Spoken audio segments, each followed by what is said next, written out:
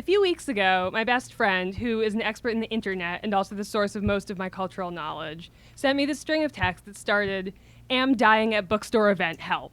So I texted, "Oh my god, what?" She texted back, "No, dying of giggle snort." The next text after that was, "This is the best hour I've had in the year 2017. And finally, then she said, "I'm at a Patricia Lockwood reading." I said, "Oh, I should have guessed. His Priestdaddy almost made me die of laughter, too." Now, Patricia Lockwood has been called, variously, the smutty metaphor queen of Lawrence, Kansas, the poet laureate of Twitter, and an exemplar of brilliant silliness. She's the author of 2 poetry collections, Balloon Pop Outlaw Black and Motherland, Fatherland, Homeland Sexuals, and the memoir Priestdaddy, which is about growing up with a priest for a daddy, which I'm not going to explain because she can. But like a lot of us, I first encountered her work when I read her incredible long poem Rape Joke, which the aforementioned best friend sent me, and which completely blew me away. I felt like I'd been punched in the stomach, but also my stomach hurt because I was laughing.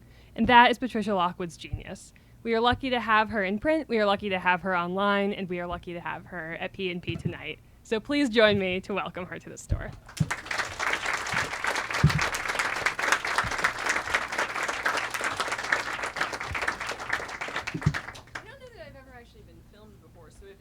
Really bad, you know that it got in my head somehow. Like, this is a new one for me. What reading was your friend at, Lily?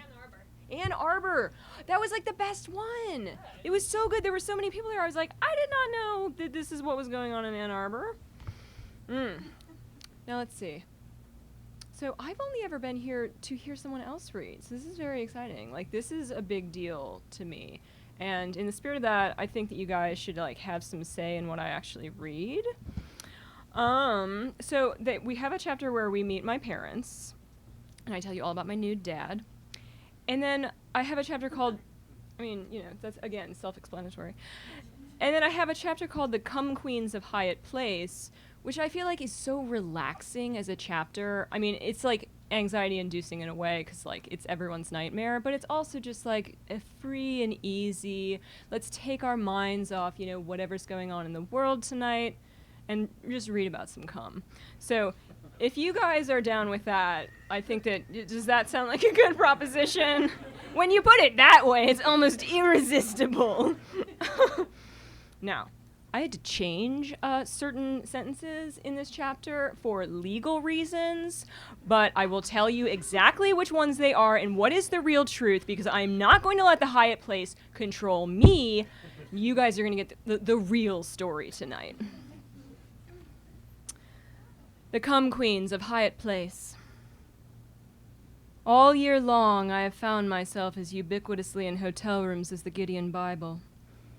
I have stood in the light of hotel lamps and switched myself on and observed. I know all the soaps. I know all the shower heads. I know that the most popular hotel paintings are Beach After Everyone is Dead, Beige Interpretation of the Rage of a Cat, Squares Going Wild, and A Rose's Period. One by one I have pocketed the complimentary pens, and one by one I have memorized the mottos on the stationery. Leave a trail of genius, the Marriott notepaper tells me, which is so optimistic it's actually touching. All year I've sat in hotel rooms and nothing has happened to write home about, which is the beauty of hotel rooms, really. Tonight, however, is different. Tonight is different because my mom believes there is cum on the hotel bed.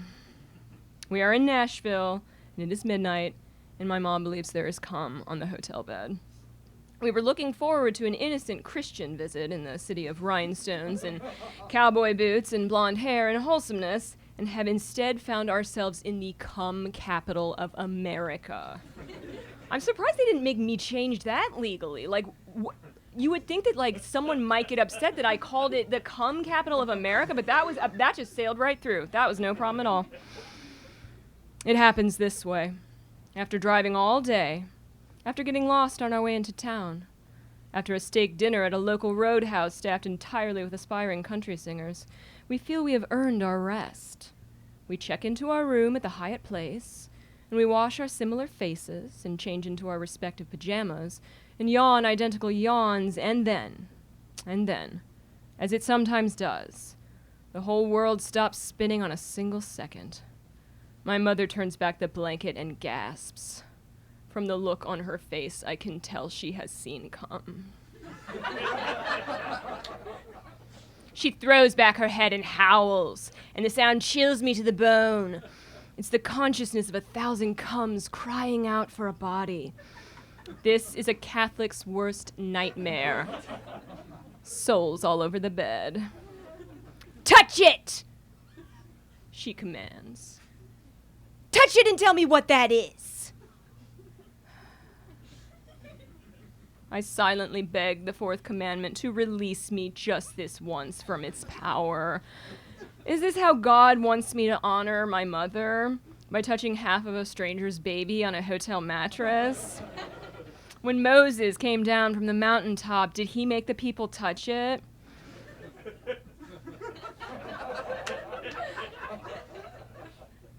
I pause so long I get something pregnant. Mom, I'm not gonna touch cum. Just touch the cum and tell me if it's cum. Please don't make me touch the cum. If I hadn't touched the cum, then you would never have been born. One look at her tells me I have no choice. I reach out a trembling hand, and then suddenly she changes her mind. No, wait! Before you touch it, get on your internet and Google, how long does cum stay alive? Mom, you're a Catholic. Isn't that one of the main things you're supposed to know? Haven't you guys written entire books about how long cum lives? I can't remember. Just look it up. We need to know. According to the internet, there are two possibilities. Sperm either die shortly after they leave the body, or else they live eternally, first on earth and then in heaven, banging themselves adoringly against the great gold egg of God's face. No one can decide. I can't handle this on my own, so I head over to Twitter and start sending out bulletins about my current situation as fast as I can type them. I start at the beginning and I waste no words. My mom believes there is cum on the hotel bed, and she's trying to make me touch it to verify that it is cum. No, Mom, I will not. Immediately, one of my friends responds, touch the cum. Touch the cum with your mom. Pathetic fallacy is real. So just at that moment, a storm begins to beat itself against the window. Thunder bears its crack to us, and raindrops wiggle their long tails down the glass. Lightning shoots down the sky and illuminates us, and I see that my mother has undergone a change. Her eyes are open so wide it is impossible to imagine them ever closing. Her hair runs in wild locks away from her forehead. She looks like Edgar Allan Poe, haunted by cum, chased through the slick streets at night by cum. She shivers, as if someone just came on her grave. An unmistakable look begins to tiptoe across her face. I know that look. All of her children know it. We saw it bending over us tenderly when we were babies in our beds. Mom, no, we're not calling the police. Can't we call the police just a little bit? Absolutely not. There is no special cum division. She sizes up the distance between herself and the phone and then somersaults across the bed. It's a nimble move, the move of a burglar on her way to steal a Pollock from MoMA. If the police won't help her, she's going to take matters into her own hands. She rises out of the somersault with cat-like grace, snatches up the phone and starts to dial the front desk, but I see where this is going and wrestle it bodily away from her. I was once forced to switch hotel rooms at midnight because she saw a pube on the bathroom floor, and I swore to myself I would never let that happen again. Pubes aren't contagious, I told her. Then why do we all have them? She retorted. I slam the phone back down and we stand staring at each other, panting like we're turned on. Craftily, she decides to switch tactics. Do you think I am overreacting? I consider my answer carefully. My mother's reactions are very often indistinguishable from demonic possession, but it isn't always wise to say so. She presses on. I guess a fun mother wouldn't care about all the cum. I think a fun mother would care the most about it. Bingo. That's right. Because you can't have fun if you know that somewhere in the world someone is being disgusting. Mom, it's late. Let's just sleep on the cum beds. Let's just sleep on these cummy beds. Tricia, she says, beds are supposed to be comfy, not cummy. Oh my God, she really is my mother. There were times in the past when I had my doubts, but no longer. I have gazed into a puddle of genetic matter and seen my own DNA. We are more related than we've ever been. We are the cum queens of Hyatt Place. All opposition between us dissolves and we find ourselves in perfect cooperation. We hide the spot with a fresh hotel towel and then lie awake for the next hour making cum puns to each other. How did we end up here? There was a moment when she first turned back that blanket, when we looked into each other's eyes and a blue current crackled between us, and our bodies made a sudden decision. We were going to say the word cum to each other. It had to be done. The story had given us no choice. There was no turning back. Who did it, we wonder?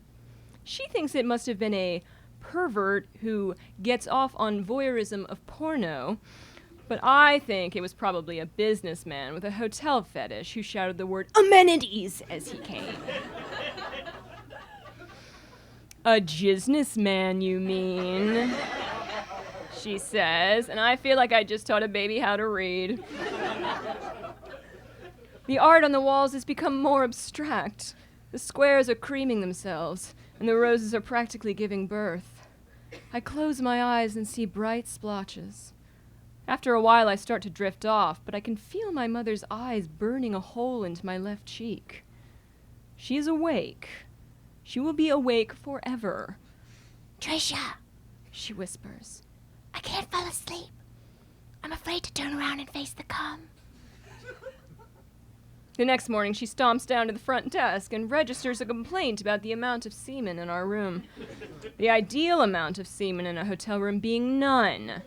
The amount in our room qualifying as an actual wad. She has never felt more alive, you can tell. She is enjoying herself with all the immensity of a recently inseminated elephant.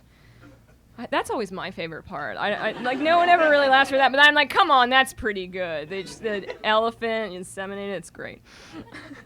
She inserts the phrase, come on, into the conversation wherever possible. And when the concierge attempts to make excuses, she tells her not to give her that load. The concierge's face is serene. So serene that I become suspicious. Perhaps she is the comer. A concierge sounds like a person who comes on beds. Maybe she got to be the concierge because she was able to come on more beds in one night than any other employee. I believe it, actually. I've never had a real job in my life, so this scenario seems plausible to me. In my secret heart, I believe this is how the president is elected. I wrote that before it became true. So that should be a very poignant moment for all of us to share at this time.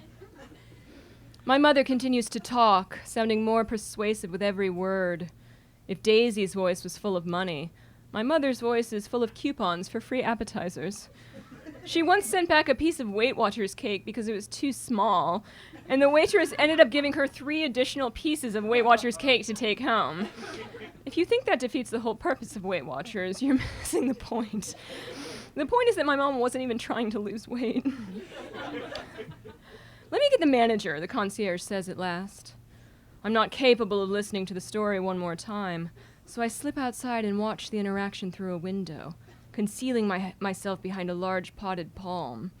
The manager looks to be an ordinary woman, but not for long. The scene begins to unfold, and it's more dramatic than even I expected. My mother is starring in a one-woman play called Biohazard, and the critics are loving it.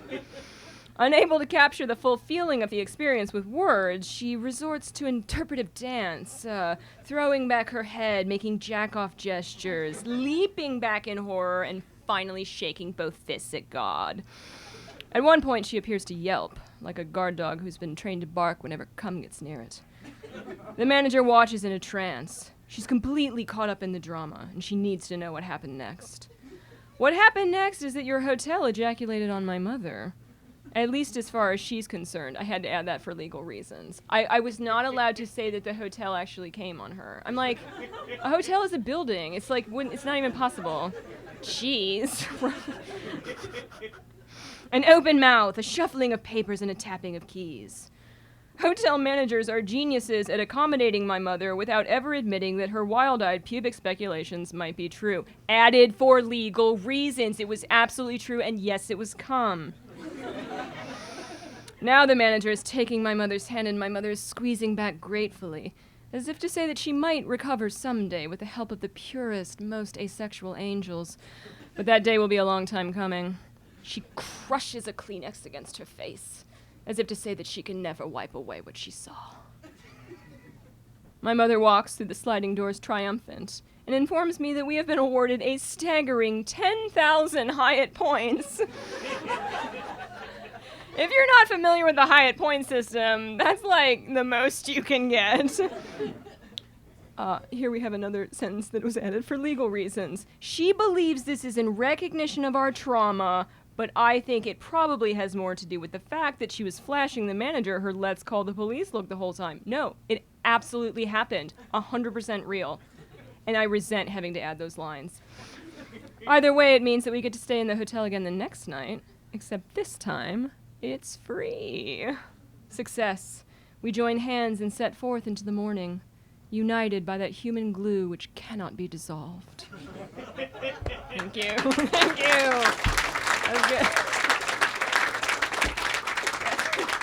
That's a calm one. That's a pretty calm thing to read. There's not a whole lot of, but yes, there's actually several things I read from this book that I'm like, I think there's a joke about a fence between the United States and Mexico, and I'm like, also written before that became a thing we were trying to do. So it's poignant when you read it in that light, not in a way that we would like it to be.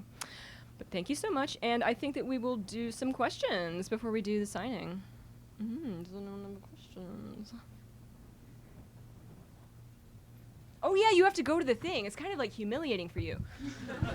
It is a little bit. Yeah. Awesome. Okay, so I've read the book, loved it, found it both hilarious and poignant. But as a person who was raised Catholic, I felt a little bit like I might be going to hell for reading it. And so I want to ask this question, and maybe if you don't know the answer, maybe your dad would know the answer. God knows. How many Our Fathers and Hail Marys should I say to like make up for? You know, okay, mister, you must be older than I am, because by the time I got there, they weren't even telling you to do that. They were telling you to like go home and like think about you, like what you did for a little while. But yeah, you're gonna do 100 of each. Of each. Of Okay. each. But you know what the weird thing is? Catholics love this book. I'm like, cool. But maybe I should have like been harder on you guys. Like, you know, at the same time I'm like, well, maybe I didn't like stick it to the man as much as I should have. But yeah, like I've gotten actually some of my best reviews in like Catholic papers and magazines, which is very strange, but it's gratifying. I mean, I think that we've sort of come a long way from the days that like Mary McCarthy was getting sort of like death threats for writing like memories of a Catholic girlhood, you know. So that's good in that sense. Yeah. Okay, I'll start. Thank you. Good question. I like a targeted Catholic question. What's up? Hey, things are good. Can I ask just, I assume you probably have a background in various forms of writing, from, fiction, nonfiction, long form, short form. How did you eventually decide that the form that you, the memoir that you, form that you came up with for this book was the way to go? That it's something that you found your calling in. It's interesting. Yeah, my background is in poetry, and then I also tend to write essays and like short humorous sketches and things like that. But this was really like the biggest chunk I had ever taken on. But I think that now, I originally sort of like talked to the publishers and my agent about doing an essay book, but there was really a sense that you wanted like a more contiguous narrative. And so I thought about that for a while, and then I thought that I could see a way that I could write the chapters so that they seemed to be standalone, but that they also participated in an arc. I wouldn't say that I'm necessarily a narrative thinker. So you have to give people a sense that something is happening in your book, even if that is a big lie. So it's basically like me faking you out for 333 pages, pretending that like stuff's going on. And I chose that form because I like to lie. And I love to deceive my readers. It was a good question. Thank you. It's more intimidating when you have to walk to the thing. Yeah, girl. Get up here. So I have a question, and you can either just answer it by saying yes or no, or you can actually do it. Okay. Oh, Can, I'm intrigued. as somebody, and I recognize this in your book, discussing the time you spent with some of the Pentecostal Christians in Kansas, yeah. can you actually do the rap breakdown from DC Talks, That Kind of Girl? Oh my God. No pressure. I'll just do the lines that I quote. Okay. Charm is deceitful and beauty is vain. A woman who fears the Lord, she ain't playing. Now, I wrap that on the audiobook. That is a special Easter egg. Can you do it? Oh, no. How mu- you It's don't been know- too many years. Are you sure it really comes back It to you? may come back, but I don't know if I can do it DC right now. Talk does not just leave the mind. It's there forever. Now I don't know what the age group is that we're dealing with and or the Christianity level. Do we have people who even know about DC Talk in this crowd? All right. What I believe is that DC Talk will rise again. And I believe that its moment is now. So I keep talking to these younger interviewers and stuff, and I'm like, do you know about DC Talk? Because if you don't, I have a treat for you. And I'm doing my best to bring it back into the public sphere. And I think you've helped with that tonight. Thank you. Thank you. What a weird thing to rap.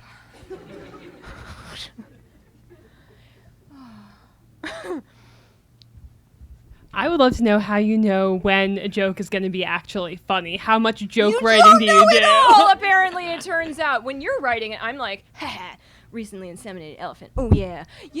But after you've been working on something for 3 years, I think that I was off and on working on this book for 3 years, you have no idea whether something is funny or not. So you try out some of the original pieces, really the only way you know is, reading in front of audiences. But I think it's also true that people laugh about different stuff when they're reading privately to themselves.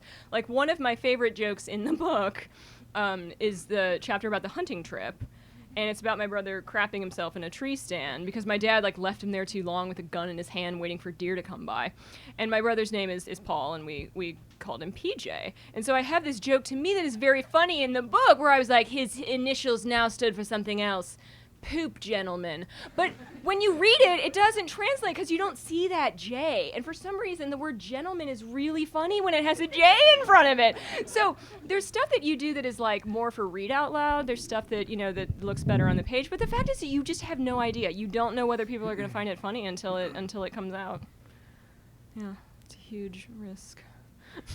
Patricia, You- hi. I didn't see you go No, up. no, I no, I was snuck in. wow. I It snuck was like around, the voice right? I'm a of sneaker. God. Yeah, it was cool. As I understand it, your father came into the priesthood with his whole family intact. Yeah. 3 of us. Yes, three- 3 of the kids were already born. Yeah. And obviously he's confronting all these celibate guys, and so to speak, celibate, right? So to speak, celibate. I like right, yeah. you're right, and The little you're right, yeah, asterisk right. there. They get away Right. with it. And I'm just wondering if you wrote about or thought about the jealousies that would be involved with you folks running around having the run of the place, or if you did have the run of the rectory or whatever, I have no idea. And if you ever played with those ideas of these leering guys yes. who are supposed It's to be. the most fun thing. Yeah, to do, right. I just a thought. No, that's very smart actually, because I think that my dad likes for people to be jealous of him. Uh-huh. So in a way, he's this was his dream position that none of these guys, got to be out and out flaunting their lavas in public. Whereas my dad makes a point if he goes out to dinner with my mom of wearing the full cassock and courting attention, making sure that people look at him and they think that possibly he is being an illicit priest, but in fact he secretly knows he's the most illicit priest in America. It's that kind of thing. But yeah, I think that there was some of that. It was hard to tell. Some of the other priests really hated my mom, but it was hard to tell whether they hated her for like jealousy reasons or because they were just such awful misogynists. So there was not really a way to know. But I think that there must have been some of that. Yeah, I think that there was a little of that going on. And parenthetically, I'm not Episcopalian, right? And parenthetical to the fact that he wasn't an Episcopalian, right? He was Catholic. You know, in other words, if you're Episcopalian, you can just sort of swoop right in, You right? can, yes. Yeah, right. Yeah. Well, and that has been a more recent thing too, and it's really been because we're like being such assholes about like LGBT priests, and it's absolutely horrible. But this was before we really knew about that loophole. It wasn't like, you know, we weren't reading about it in the papers, so there were a lot fewer of them. I think back then there were about 50, I would say. And if he wanted to divorce your mother, how would that go? I don't know. We've never tried it. Yeah, I mean, yeah. if anyone, I would say my mom should probably do the divorcing. But like, we don't know what would happen in that case. Well, if you're a Kennedy, you could get away with it. Right? Moment, Yeah. right? They don't acknowledge that kind of Catholic.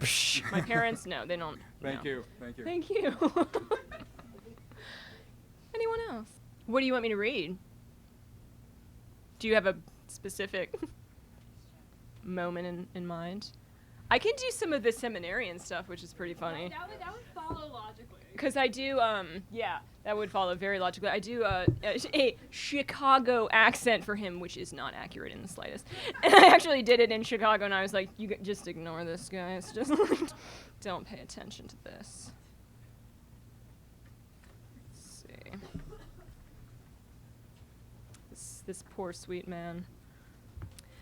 The seminarian is a crotchety young Italian man with a disapproving nose, a black, boyish haircut, and eyes the precise shape of watermelon seeds. He was born, like many seminarians, at the precise age of 65, with a pipe in his mouth and a glass of port in his hand. He's tall, but he hunches slightly under the weight of tradition, and whenever he emerges from the dark rectory into the sunshine, he blinks like an overeducated cave creature who's in the process of evolving away several of his most frivolous body parts. That's a dick joke, but no one ever gets it. I expect his voice to be ponderous and dignified to fit this overall picture, but when he opens his mouth, he rolls out the broad and hilarious vowels of Chicago. I love him instantly and beyond all reason, in the way you love people you're going to be able to write about. He is devoted to 3 things and 3 things only: God, Buicks, and Italy. He believes the ideal woman lives somewhere on the boot, rolling down hillsides in a red checked skirt with a bottle of wine in each fist, her boobs like perfectly twirled forkfuls of pasta.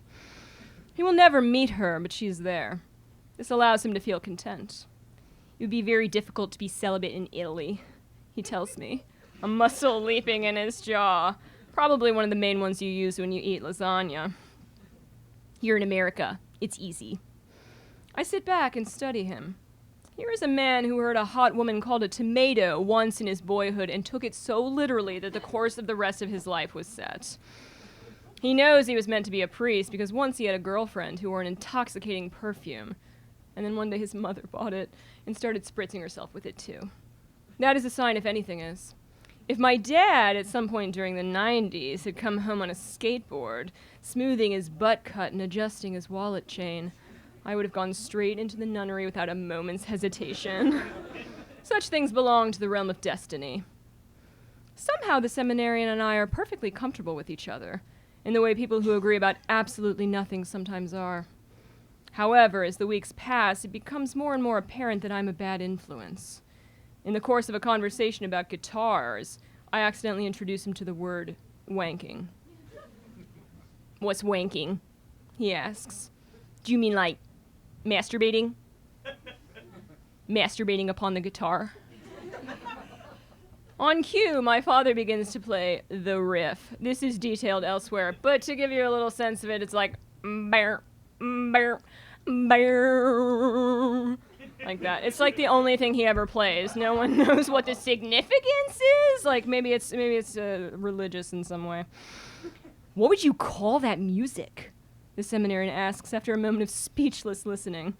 He studied classical piano himself for a long time and knows there is something amiss here. Is there a name for it? I weigh and reject the term priestcore. Technically speaking, I think it's just ass rock, I say. Ass rock, he cries. It's clear he's never heard the phrase before. That's very funny. Ass rock. I begin to suspect I'm being fattened for eventual sacrifice on the top of a mountain. My mother is cramming me with 5 or 6 meals a day and slides cookies underneath my door when I don't answer her knocks. Not to be outdone, the seminarian tiptoes up to me one evening when I'm napping on the downstairs couch and wakes me by dangling a slice of ham over my lips. No! I shout, because that's what they teach you in kindergarten. Don't let anyone touch you with their ham unless you say yes. But it's such good ham, he pleads, and you're really too skinny. Why? How much do you think I should weigh? 190 pounds. He answers instantaneously. Evidently, this has been much on his mind. I prop myself up on one elbow and stare at him. Have you ever considered that you might be a feeder? What's a feeder? If sex education has failed him, it's my job to fill in the gaps. It's a sort of food daddy who feeds a woman until she becomes plump enough for his erotic delectation. He gives her cookies and ice cream and second lunches and midnight snacks, and eventually all her clothes rip off and both of them get excited. His eyes widen. Voluptuous vistas are opening before him. You can make her as big as you want? I picture a woman shooting up into the sky, bursting out of her dress and raising her leg to crush St. Peter's Basilica. As big as God will let her be, I promise. He gives me a look of intrigue, second only to the look of intrigue once given to me by a surrealist poet, when I told him that some men desire above all else to watch truckers have sex with their wives. See, I need to know these things, he says, with the brisk attitude of a man filing information away for future use. I just found out what a furry was. My friend told me, and I was very surprised. A wave of pleasure washes over me as I imagine this encounter. 2 young men, tall with theological purpose, discussing people who dress up as stuffed animals and scritch each other's bellies at conventions. Why on earth do you need to know about furries? Because people will confess to me about them. Someone will confess to me I am a furry, and I need to know what that is. It almost makes me want to turn Catholic again.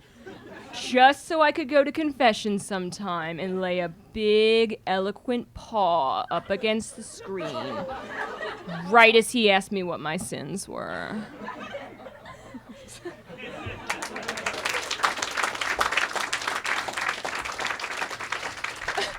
The funny part about that is that the accent was never good to begin with, but like the more you do it on tour, the weirder it gets. Like it gets farther and farther away from its initial impulse. So by the end of the tour, I have no idea how it's going to sound.